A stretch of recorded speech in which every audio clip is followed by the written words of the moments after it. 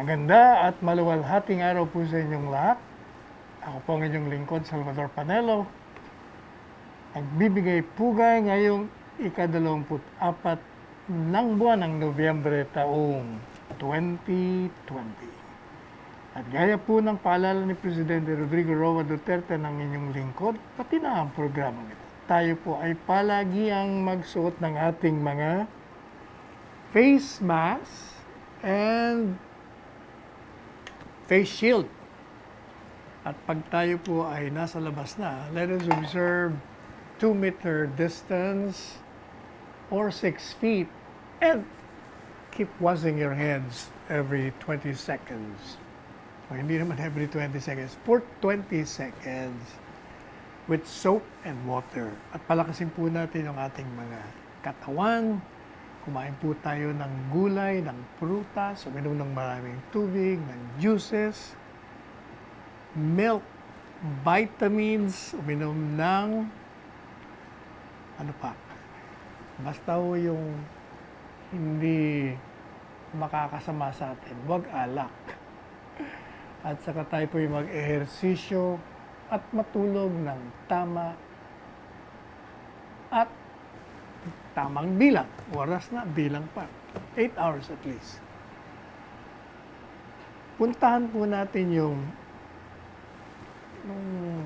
kailan ba nagsalita si Presidente? Kagabi.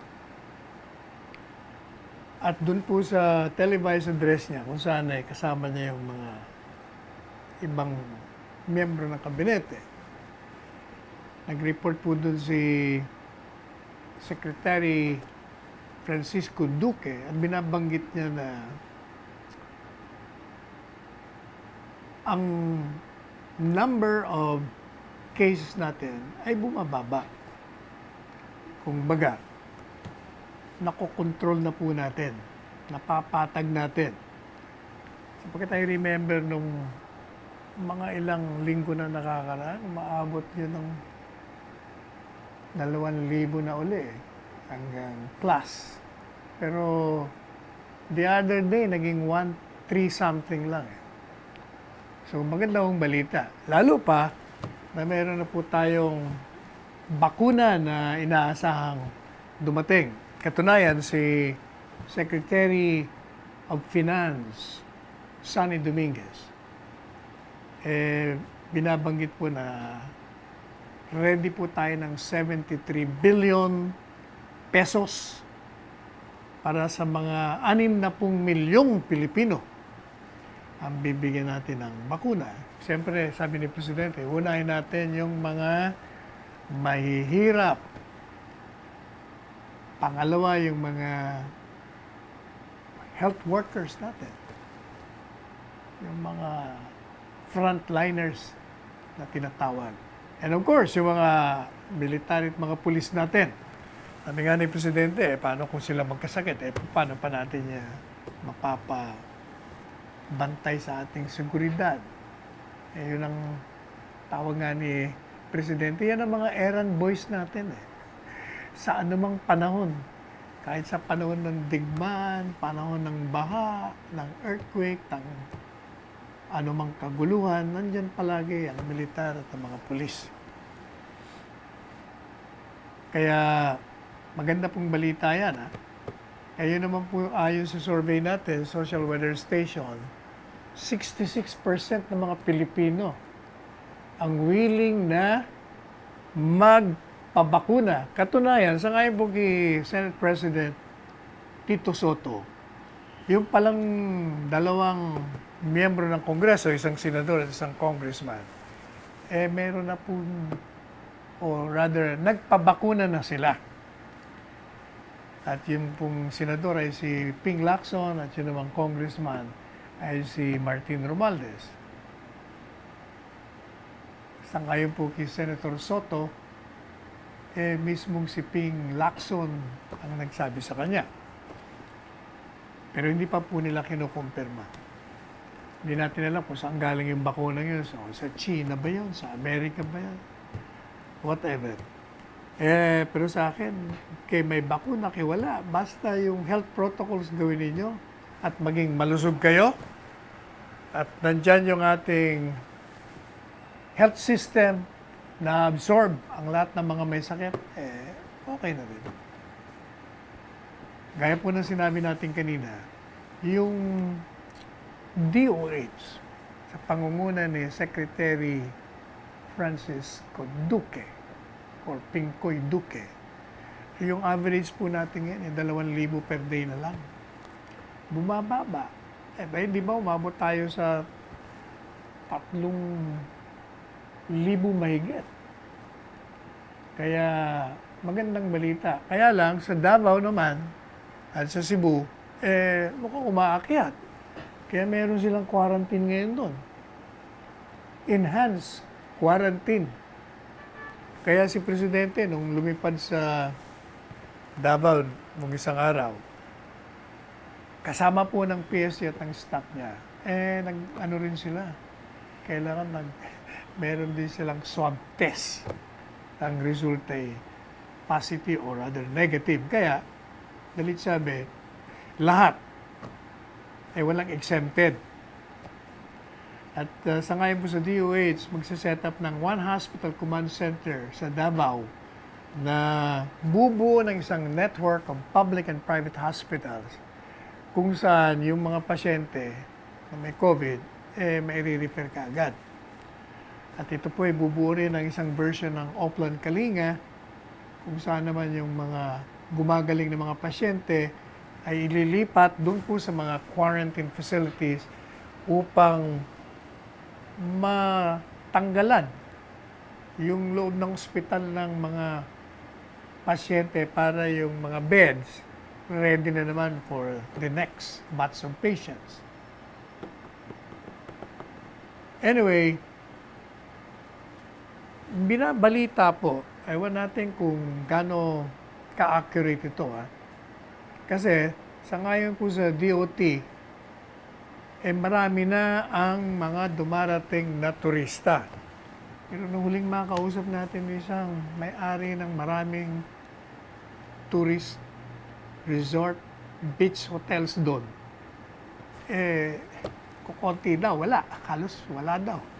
Baka naman nag-improve na kasi sa ngayon sa DOT, 2,511 tourists ang dumating mula noong unang araw ng Nobyembre hanggang 22. At yun daw pong 70.8% ng mga dumating doon, ito'y galing sa NCR. Kung natatandaan ko, bago yata mag-pandemic, baka umabot yata ng 30,000 to 50,000 ang pumupunta ng mga turista. Kung 2,000 lang, talaga magre-reklamo nga yung mga naroon. At gaya po ng pakiusap ng mga hotel owners doon, kumari daw, yung pong swab test, huwag nang magpa-swab test dito kasi yun daw ang nire-reklamo ng mga turista. Kumbaga, dagdag gasto sa kanila. Doon na lang, sila lang daw bahala ron. At sabi naman ni Tourism Secretary Bernie Puyat, meron na siyang nilana 8 milyong piso ang DOT para dyan sa gobyerno ng local government ng Aklan na siya namang ibabayad dun po sa swab test ng mga 4,000 tourism workers sapagkat ina-anticipate na po nila yung pagdagsa ng mga turista. Samantala, ito pong ating PCOO, abay nakatanggap ng maraming mga donasyon, mga gamit para masuportahan yung kanyang Crisis Communications Program. Sa ngayon po sa PCO, Secretary Martin Andanat, na nanguna sa pagpirma doon po sa turnover ng mga donasyon ng mga gamit. Ano bang mga gamit ito? Satellite phones, yung pong portable radios, yung generator sets, na magagamit ito po sa Laging Handa program. Kaya nagpapasalamat po si Secretary Martin Andanar doon po sa Mega Wide Foundation na siyang nagbigay ng mga donasyon. Yun daw pong engineering and infrastructure conglomerate, meaning to say, yung Megawide, has been a partner of the Duterte administration's Build, Build, Build program at isa ito sa pinakamalaking private allies na tumutugon sa pagsagot dito sa problema ng coronavirus. Alam niyo ba na yung bagyo, yung Ulysses, alam niyo ba kung ano ang nilikha nitong mga basura? Diyos mio, perdon. Over 3,104 cubic meters of garbage. Ito raw po yung equivalent to 841.34 tons. Ang nakolekta noong linggo, diyan po sa Marikina lamang at San Mateo. Sangayon po ito sa MMDA. Ngayon po kay Chairman Danilo Lim ng MMDA, yung pong clearing operations, pagpapatuloy po nila doon sa mga lugar na naapektuhan ng typhoon para maging malinis at ligtas ang ating mga kababayan sa mga virus. At mga 150 na 150 personnel ang inassign upang asistihan po yung ating mga taga Marikina at San Mateo sa kanilang cleaning operations. Nagpadala rin po sila ng mga heavy equipment kagaya ng mga dump trucks and payloaders.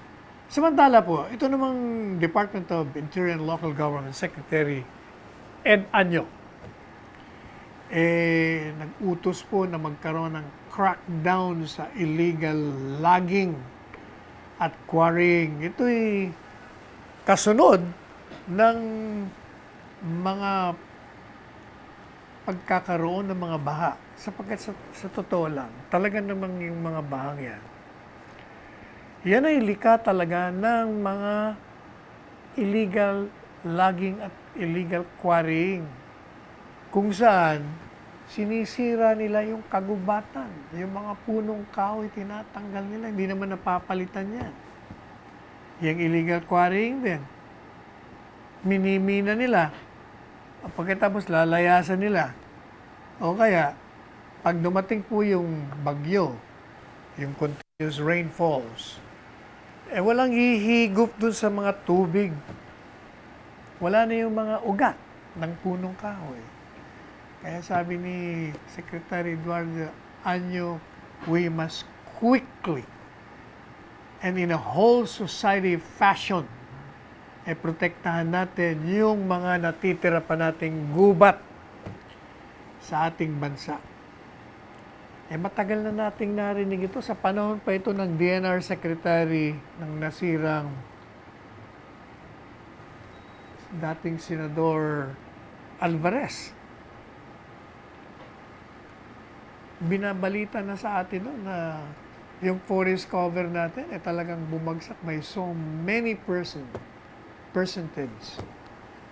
Pero ano naman nangyari doon sa Planta 3? Kadali lang naman magtanim ng mga punong kahoy. Kailangan siguro lahat ng local government units all over the country magkaroon ng ganung programa. Magtanim ng mga punong kahoy. Yung mga natatanggal sa ating kagubatan, kailangan talagang palitan po natin yon. At ito pong si Sekretarya nyo, inutusan na yung local governments at saka yung Philippine National Police na kailangan na hulihin nila, patigilin nila yung illegal logging at illegal quarrying dun sa mga lugar. At magtanim ng punong kahoy para mabalik na yung ating mga gubat. Babalikan po natin kayo makalipas lamang ang ilang sandali.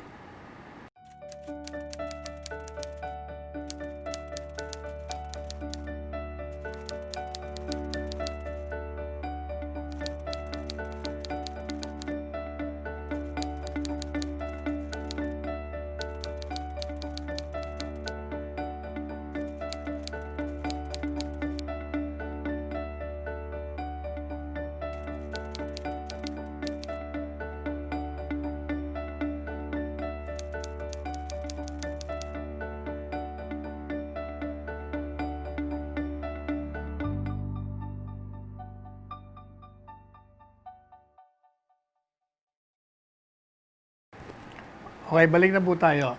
Ito pong, sino na nga ba ito? What's his name now? The National Security Advisor, Robert O'Brien. Siya po ang nanguna sa turnover nitong mga bagong donasyon galing sa Amerika. At pinaabot niya po yung pakikiramay ni Presidente Donald Trump at pakikiisa niya sa sambayanang Pilipino kasunod nung dalawang malakas na bagyo, Rolly at Ulysses, kung saan marami ang namatay at ilang bilyong piso din ang nawala dahil sa pagkasira ng mga bahay, infrastruktura, yung mga tinanim nating palay, saging, saka mga nyug. Talagang maraming distraction. Sabi po ni National Security Advisor ng Amerika, na si Robert O'Brien, gusto kong iparating sa inyo ang aming pakikiramay at ni Presidente sa sambayanang Pilipino. Alam niyo po ba na mula pa noong Marso, sabi po ni Mr. O'Brien, yung pong Estados Unidos ay nakapag-donate na ng 1.1 billion na piso, which is equivalent to $23.4 million.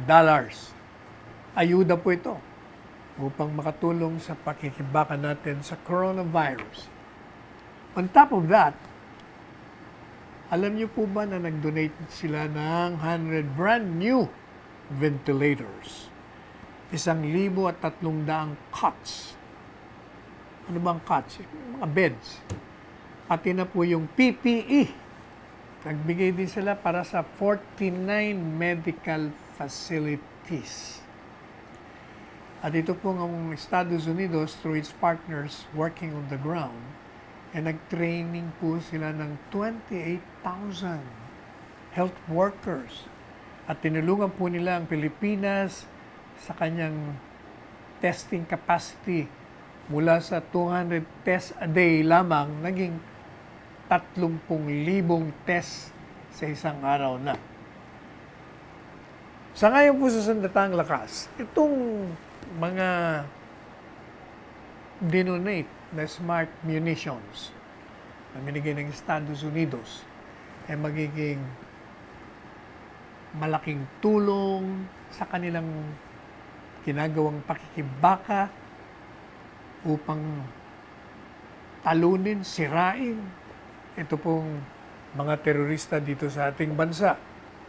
Habang totoo na tayo naging matagumpay sa ordinaryong mga paggamit ng armas, sa counter-terrorism natin, yung pong pagdating nitong mga makabagong armas, talagang malaking may tutulong ito upang talunin natin yung banta ng terorismo dito sa ating bayan. Sabi po ni Secretary o National Security Advisor ng US, O'Brien, yun daw pong Precision Guided Munition Package sa Pilipinas ay worth 18 million US dollars. Ito yung mga 868 million pesos. Yun po yung halaga ng mga makabagong armas na dumating. Ano ba ito? Halimbawa, yung pong 100 tube launch optically tracked wire guided TOW-2A missiles, 12 improved target acquisition systems, at 24 Mark 82 bombs and associated guidance kits to convert this into smart bonds. At sabi po ni Secretary o National Security Advisor Robert O'Brien, yung po daw Amerika nag-request ng suspensyon kahit na 1 taon lamang. Kaugnay po dun sa order ni Presidente i-terminate na yung Visiting Forces Agreement. Para daw magkaroon ng mga negosasyon na hahantong dun sa katanggap-tanggap na arrangement sa security. At natutuwa daw po siya na nakatanggap siya ng liham kay Foreign Affairs Secretary Teddy Boy Locsin kung saan ay binalita sa kanya yung desisyon ng pamalaang gobyerno ng Pilipinas na suspindihin muna yung termination ng BFA sa pangalawang pagkakataon ng mga 6 na buwan pa. Sabi po ng US official, yun daw pong suspension ng termination ng BFA. Yun ay resulta ng kooperasyon ng dalawang bansa. At dahil na rin dun sa mainit na relasyon kay Presidente Duterte at kay Presidente Trump. Sabi po ni Secretary Locsin sa kanyang liham kay O'Brien, the past 4 years have changed the South China Sea from one of uncertainty about great powers and tensions to one of predictability and resulting stability with regard to what can and cannot be done, what will and will not be acceptable with regard to the conduct of any protagonist in the South China Sea. Natandaan po ba ninyo yung pinalabas nating video kahapon tungkol doon sa disgrasya dyan sa Skyway Extension Project? Meron na pong utos itong si Secretary ng DOLE, si Secretary Silvestre Bello, na kailangan may work stoppage dyan po sa Skyway Extension Project habang iniimbestiga nila yung mga pagpapatupad ng occupational and health standards. Dahil nga doon sa nangyari sa Muntinlupa, isang motorista namatay, tapos nasugatan yung 6. At tinutusan din po ng DOLE NCR, yung Technical Services and Support Division Regulatory Personnel, at yung sheriff na madaliang iserve at ipatupad yung kautusan. At yung hindi po susunod ay uusigin sapagkat ito po ay isang krimen which is punishable under Article 288 of the Labor Code of the Philippines. Meron nga pala tayong komentaryo dun sa nangyaring aksidente. Maganda na si Ramon Ang ay nangako at inassure at inako yung responsibilidad. Kasi sabi niya, kahit may contractor, still, we are responsible for this. Dun sa nangyaring aksidente. Kaya, sabi niya, sila ang bahala sa mga gastos dun sa namatayan at dun sa mga nasugatan. Pero nagtataka lang po tayo, bakit sino ba ang in charge dun sa traffic?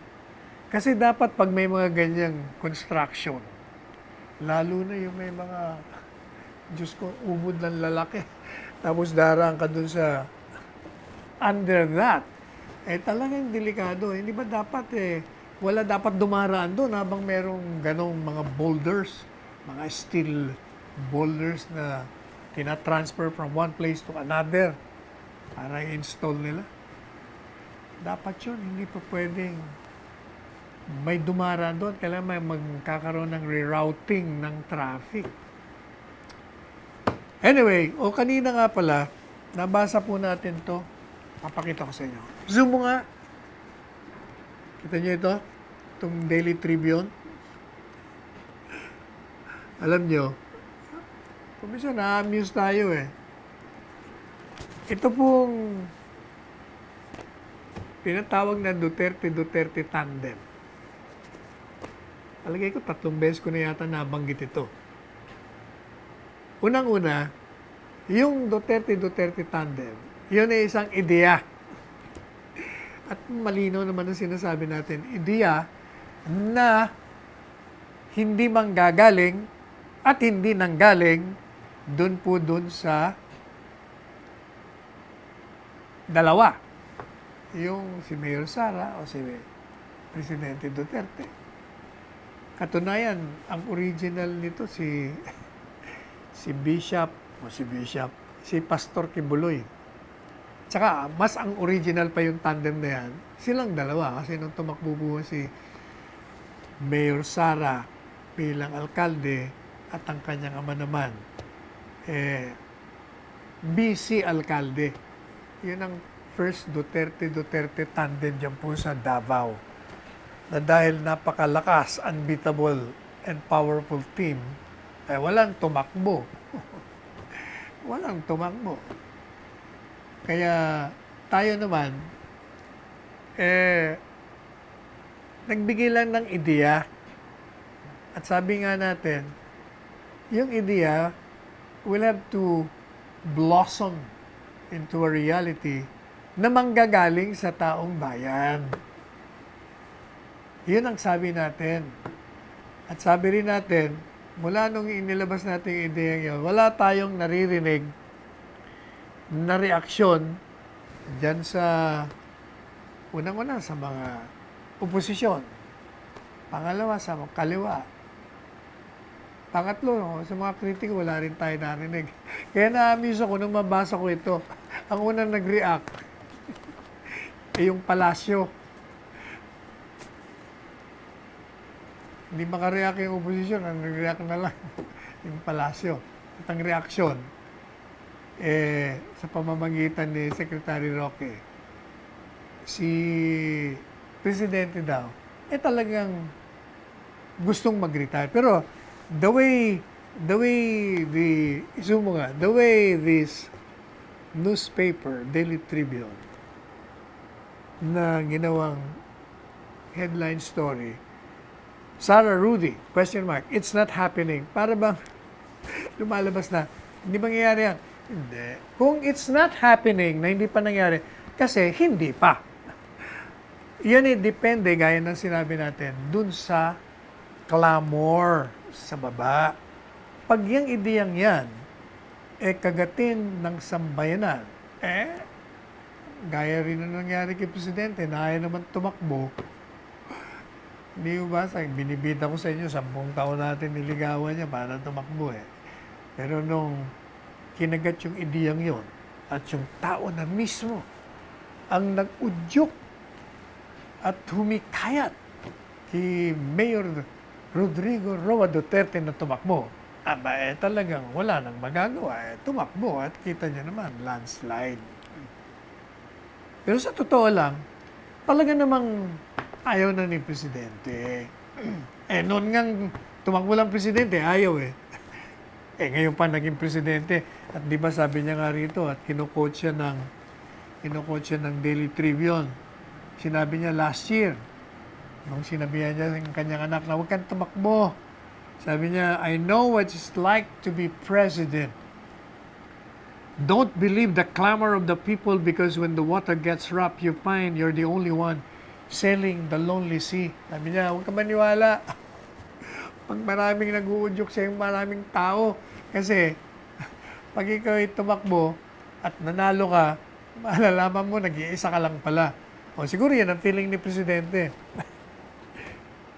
Ang feeling niya, kasi nga naman, sa dami ng ginawa nitong Presidente ito, sa marami ng natutuwa, marami pa rin sa mga oposisyon ang bumabati ko sa kanya para bagang such a thankless job.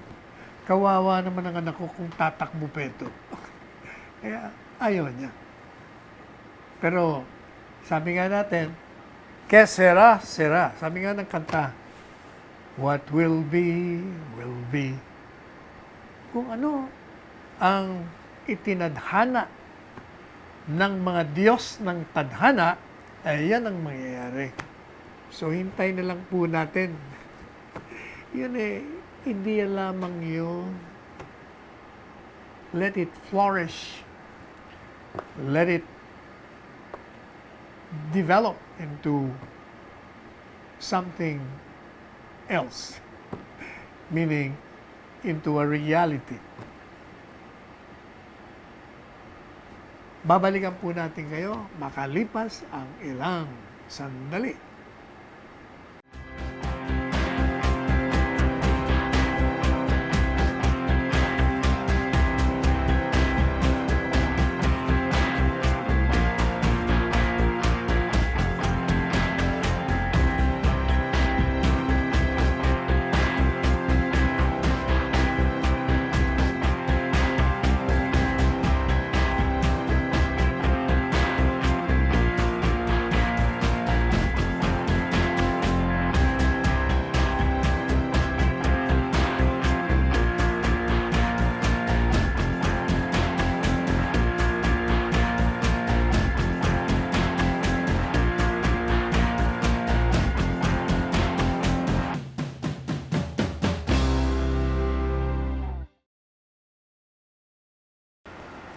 Okay, balik na po tayo. Meron binabalita na sa Manila Bulletin to lumabas. Si VP Leni raw ay ready na makipagbate kay Presidente Duterte for the good of the people. Baka naman for your own good, hindi for the good of the people. Unang-una, hindi naman nagkikipag-away sa si Presidente Duterte, VP Leni. Mali ang predicate eh. Sabi niya kasi, sa panahon daw ng krisis, kahit na yung mga ibang opisyal ay galit sa kanya, wala namang galit sa iyo, ikaw naman. Dapat daw, we should set this aside.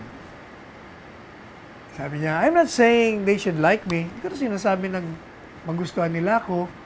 However, sabi niya, public statements that show there is a conflict between me and the President do not help. Yun daw mga payag na galing sa kung kanino man na may away sila ni Presidente, hindi rin nakakatulong.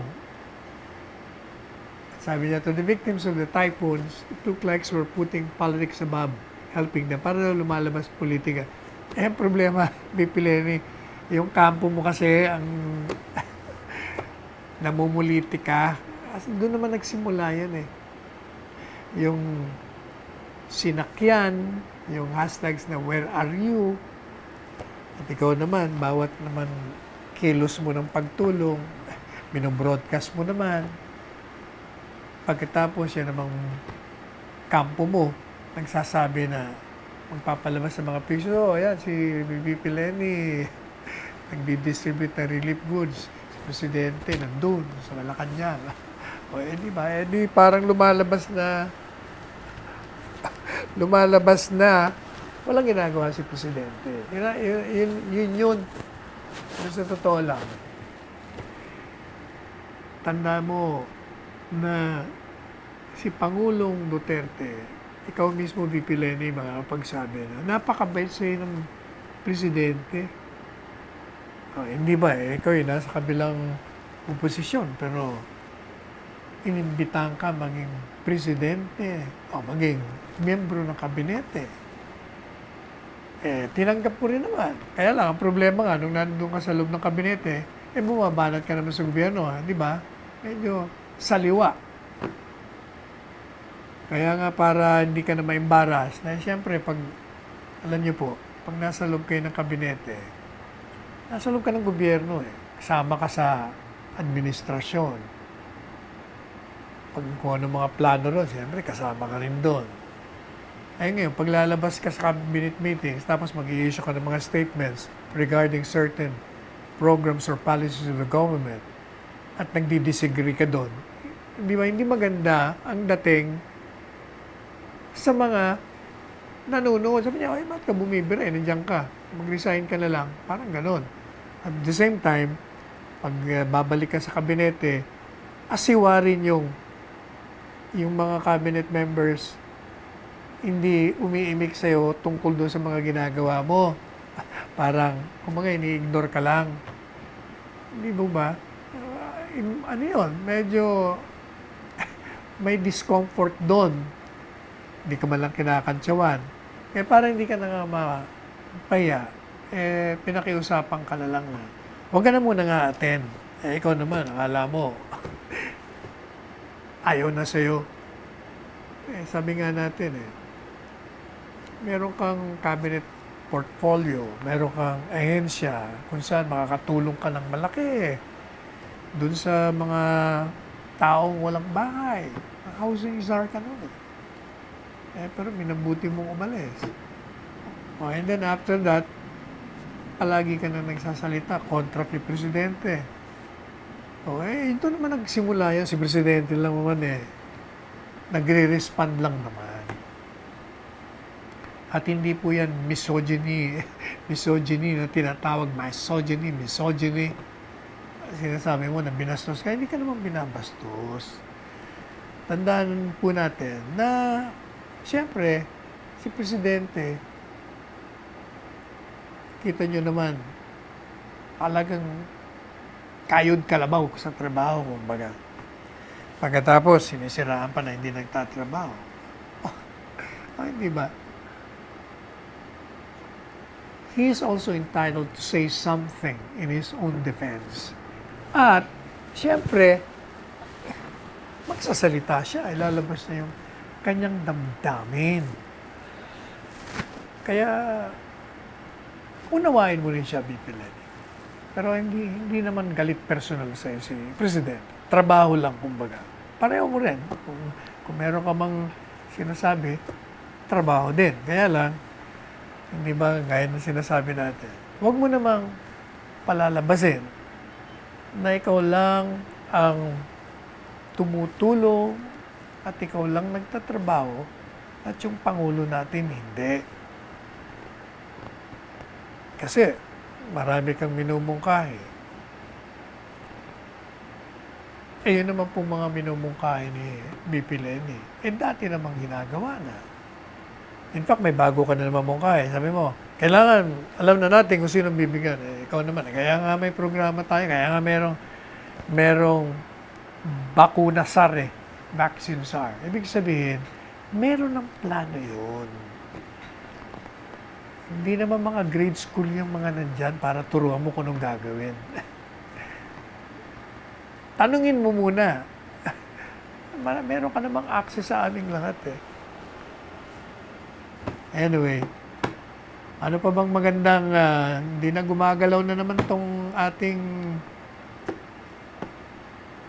ito pong si Winnie Munsod din. Tatandaan nyo numpisa natin kahapon. Meron siyang mga binanggit kaugnay dun sa mga babae. Kagaya daw po ni Laila de Lima, nakakulong. Kumbaga, binabanatan niya si Presidente Duterte. Laila, kasi inuna niya si BP Lenny. Binabanatan niya si Laila, pinakulong niya raw, Maria Ressa, nakademanda. Tapos si Sister Patricia Pax, yung pong foreigner na madre, na-deport. Bakit daw yung target ni Presidente, yung mga babae? Sabi ni Manang Winnie Munsod ito daw mga babae ang merong lakas na tumayo.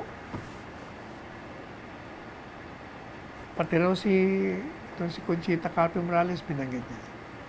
Pero alam nyo, Manang Winnie, ikaw naman, yung kay Lenny, pinaliwanag na natin kanina yun. Yun naman kay Senadora Laila de Lima. Yun naman po ang dahilan doon, kaya naman nakademanda, ay sapagkat meron siyang sang-ayon doon sa demanda sa kanya, kaugnayan doon sa illegal drug trafficking na di umano tumanggap ng pera ng galing sa mga drug lords. Sapagkat noon ay tatakbo siyang senador. At nagkaroon naman po ng preliminary investigation. Hindi po ba? At nung karoon ng probable cause, idinimanda, yung hukuma naman, tiningnan kung meron nga. Nag-issue ng warrant of arrest. Tumakbo naman sila sa Korte Suprema, sinasabi niya, mali. O sabi ng Korte Suprema, hindi, tama yung demanda. Magbista na lang kayo. O di nagbibista sila. Tapos, sinasabi ni Manang Winnie, doon sa isang column niya rin, na diniscuss na rin po natin yan. Sabi niya, wala na, giba na yung following the line of the 3 senators dyan sa Senado, opposition senators. Nagiba na ang ebidensya laban kay kay Senadora Laila. Sapagkat daw bumaliktad yung mga testigo. Hindi naman totoo. Pinaliwanag na rin po natin yan. Pinangungunahan niyo yung hukuman eh.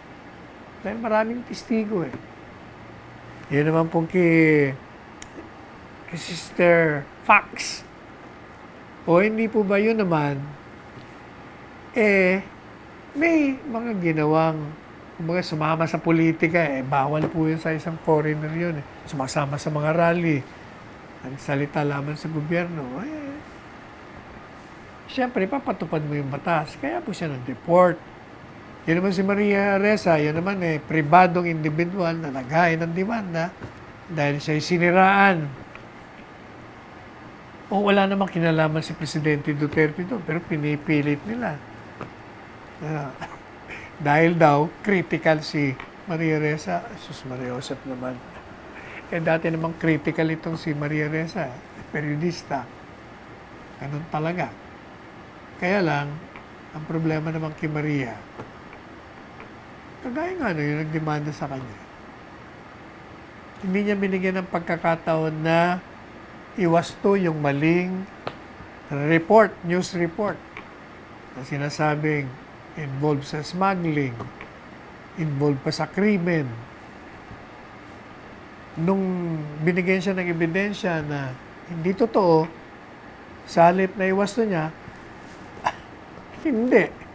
Pagkatapos nung kademanda siya, binigyan siya ng pagkakataon magpresenta ng ebidensya. Yung mga abogado niya naman, hindi naman nagpresenta ng ebidensya. O paano? Di na-convict. Hindi po ba? Ngayon, pending appeal, di natin ang hukuman. Ay, nako. Break muna po tayo at nagdadry na naman yung ating ito. Babalikan po natin ngayon.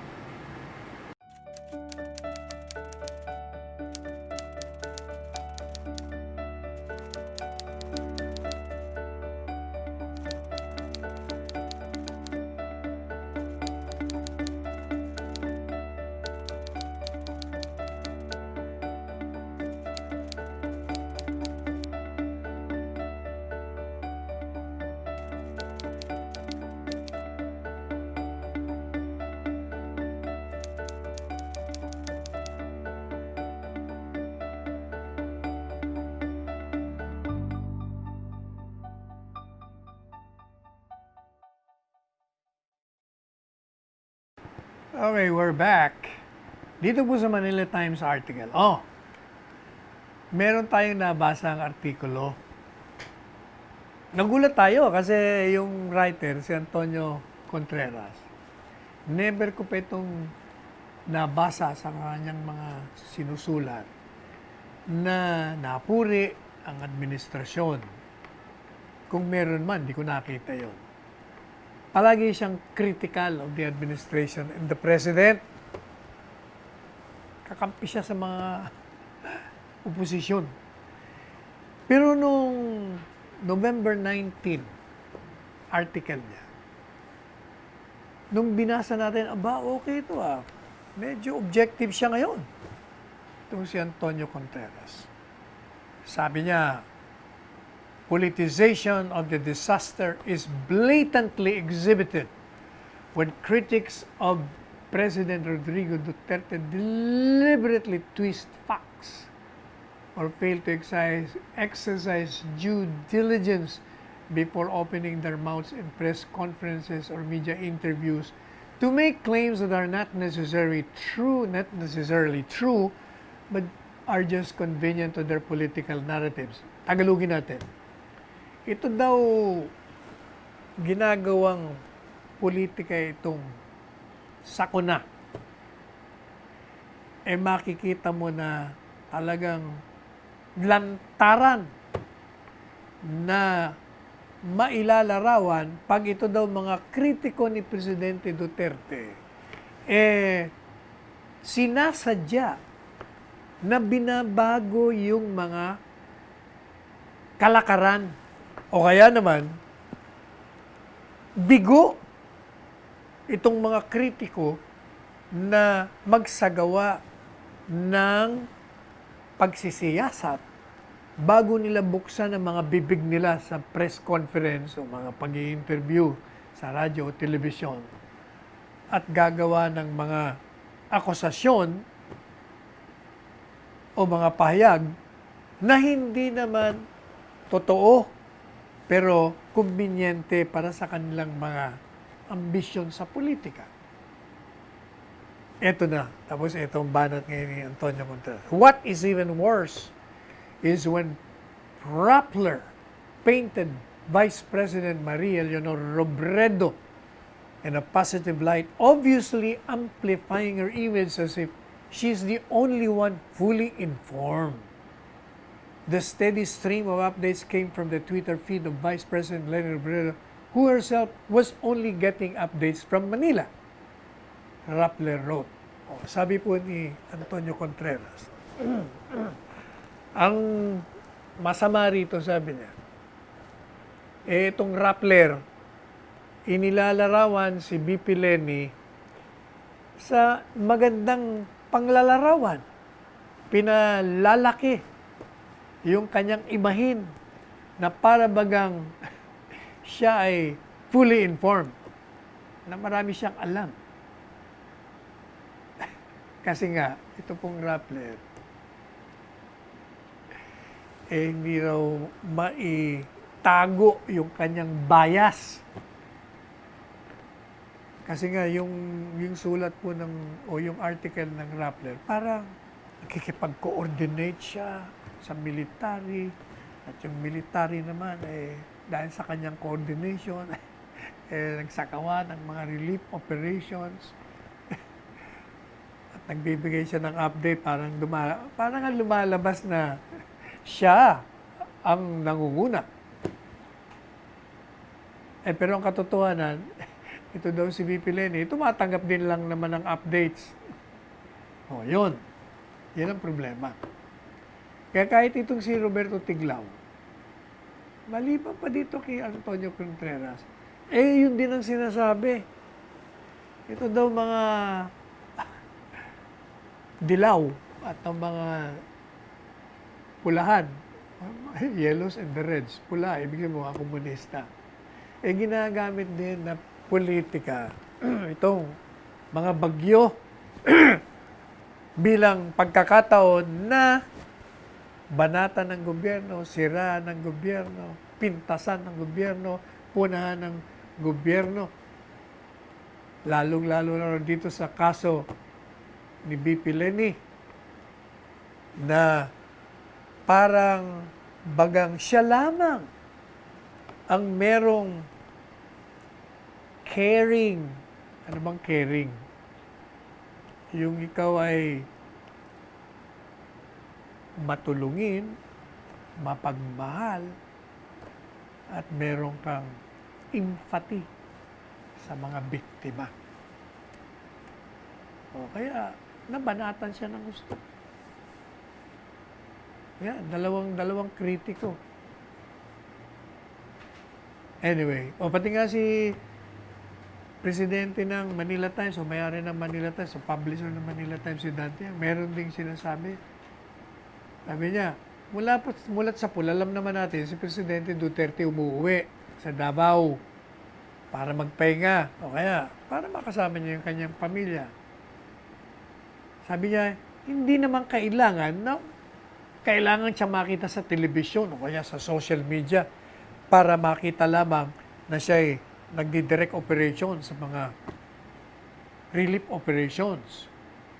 Mas gusto ko, sabi ni Dante Ang, na makita ang presidente na namumuno sa kanyang mga ahensya ng gobyerno at minomonitor niya yung resulta at makipag-coordinate doon sa mga rescue and rehabilitation efforts na ginagawa ng kanyang mga subordinates during and after each and every crisis and get things done without, nang walang publisidad.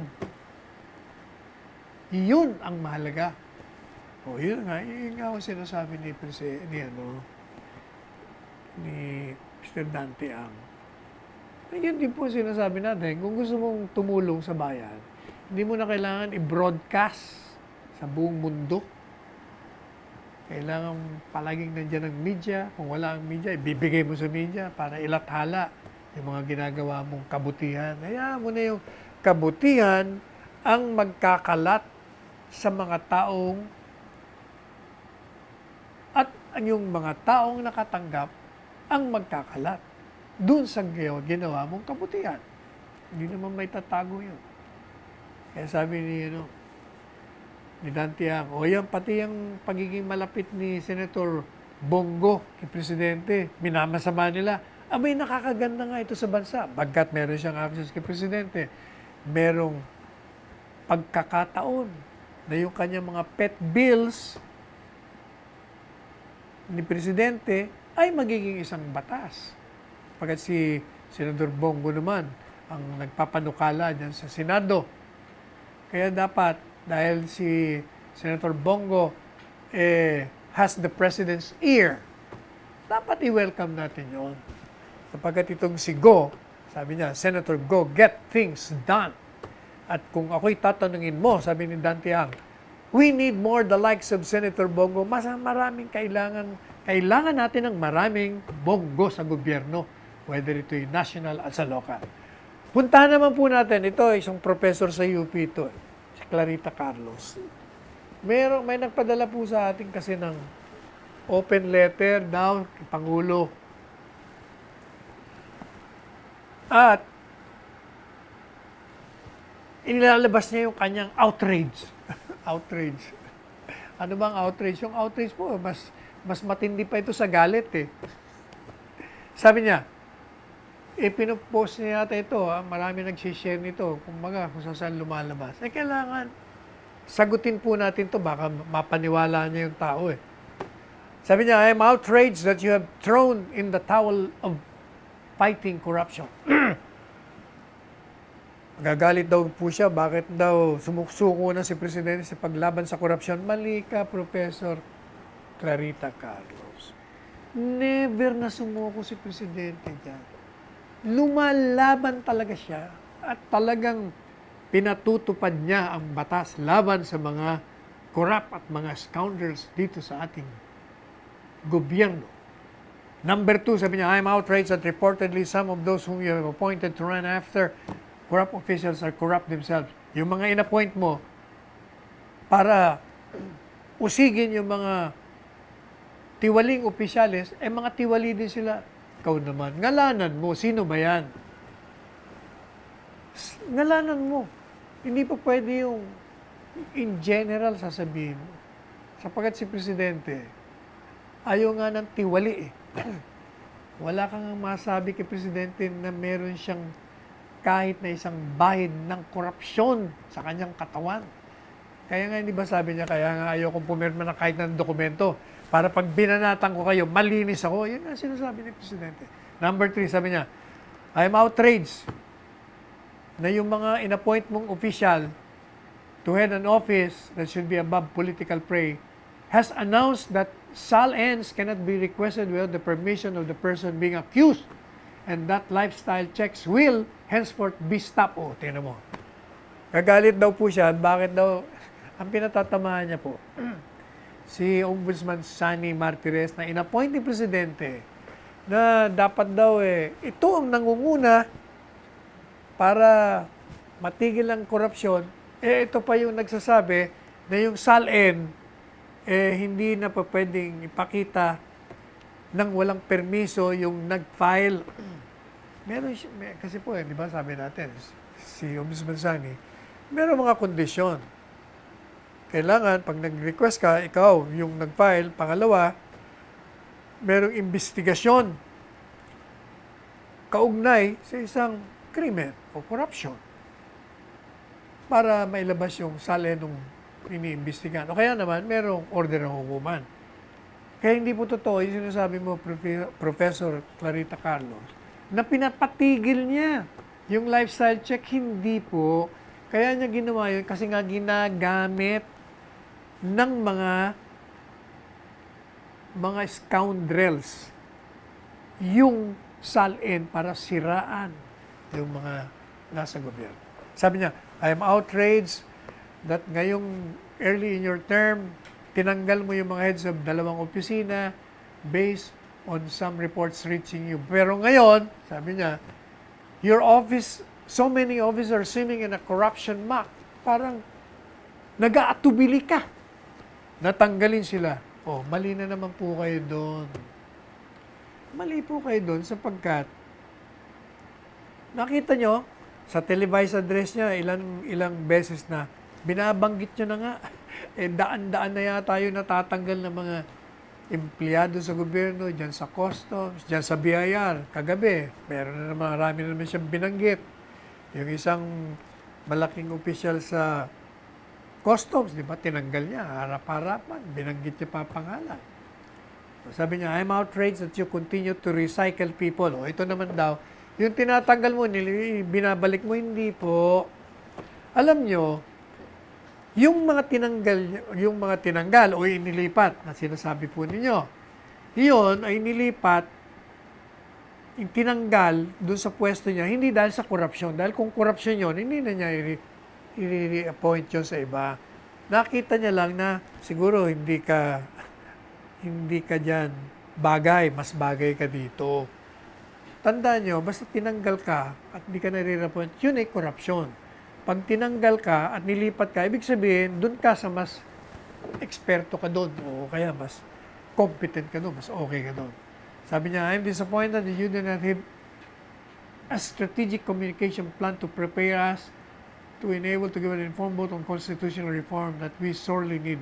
Mali ka na naman dyan. Alam po ninyo, yung mga tinatawag yung mga para sa constitutional reform, hindi ba nag-create pa nga ho siya ng isang constitutional group? Di ba? Kasama pa nga dyan, ang head dyan, si Justice Puno. Talagang meron talagang plinano. Pero alam po ninyo, nasa Kongreso din yan, di lang yan ng Presidente. Sabi niya, I'm disappointed you have appointed people to run after corruption who are all males. Oh, ito. Bakit naman, sabi niya, mga ina-appoint mo, puro mga lalaki. Wala naman mga young balls ito, sabi niya. Walang balls daw the young balls. To undertake the job assigned to them. Meron ka pa daw, 6 na lang araw, Pangulong Duterte, para ito gumawa ka ng mga radikal na mga pagbabago. Naku, ang dami na nga akong pagbabagong ginawa, di ba? Kulang nga yung 1 oras ko sa programa para sabihin ko sa inyo yung mga pagbabagong ginawa niya. Anyway, sabi niya, itong 600 days, itong pagkakataon mo na mag-appoint ka ng mga babae known for their integrity of the guts. Ikaw kaya na lang, Professor Clarita Carlos, dapat siguro mag-apply ka para ma-appoint ka, para matulungan mo si Presidente. Mukhang inabot na naman po tayo ng oras. Talagang napakaikli ng ating oras. Sa dami ng mga tatalakayin natin. Anyway, ako po ang inyong lingkod, Salvador Panelo, pansamantalang nagpapaalam at nakikiusap at nagpapaalala ko sa inyo na magsuot po kayo ng inyong mga face mask gaya ng paalala ni Presidente Rodrigo Roa Duterte. Ganito po. Face mask. And then, wear your face shield.